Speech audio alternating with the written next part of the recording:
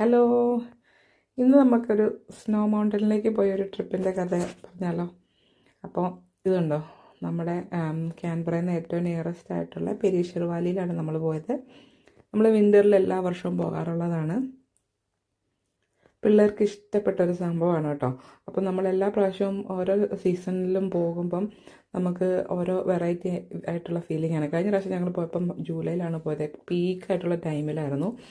അന്ന് ഭയങ്കര കാറ്റും മഞ്ഞ് വീഴ്ചയും കാരണം പിള്ളേർക്ക് അധികം എൻജോയ് ചെയ്യാൻ പറ്റില്ല. അപ്പം നമ്മൾ ഇന്ന് ഇപ്രാവശ്യം ഇച്ചിരി ഓഗസ്റ്റ് എൻഡായപ്പോഴേക്കും പോയി. അപ്പോൾ ഇന്ന് നല്ല വെയിലുള്ള കാലാവസ്ഥ, ഞങ്ങൾക്ക് ഗ്ലൗസ് പോലും ഇടേണ്ട വന്നില്ല.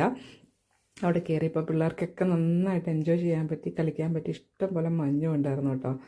അപ്പം നമ്മൾ സാധാരണ സ്നോ മൗണ്ടിന് നമ്മുടെ ഇവിടെ നിന്ന് പോകുമ്പോൾ നമ്മൾ പോയി എല്ലാവരെ പോലെ ഉണ്ടാക്കാറുള്ള പോലെ സ്നോമാനെ ഒക്കെ ഉണ്ടാക്കി നന്നായിട്ട് പിള്ളേരൊക്കെ ആയിട്ട് എൻജോയ് ചെയ്ത് വന്നു കേട്ടോ. നല്ല രസമാണ്. പിന്നെ എല്ലാ പ്രാവശ്യവും നമ്മൾ പോകുമ്പോൾ പിള്ളേരെ വിളിച്ച് കയറ്റേണ്ട ആവശ്യമൊന്നുമില്ല. ഒരു അരമണിക്കൂർ കഴിയുമ്പോൾ അവരുടെ കൈയും കാലമൊക്കെ മറിച്ച് നനഞ്ഞ് കഴിയുമ്പോഴേക്കും അവർ പറയും പോകാൻ മടുത്തു എന്ന്. പക്ഷേ ഇപ്രാവശ്യം അങ്ങനെയല്ലായിരുന്നു കേട്ടോ. അവർക്ക് കയറാനേ മനസ്സിലായിരുന്നു. പിള്ളേർ നന്നായിട്ട് എൻജോയ് ചെയ്തു. പിന്നെ ഫുഡ് കഴിക്കാൻ സമയമായപ്പോൾ ഞങ്ങൾ വിളിച്ച് കയറ്റുകയാണ് ചെയ്തത് അവരെ. അപ്പം ഓഗസ്റ്റിൽ സ്നോ ഇല്ലെന്ന് വിചാരിക്കുന്നവർക്ക് വേണ്ടിയുള്ളൊരു വീഡിയോയും കൂടെയാണ് കേട്ടോ.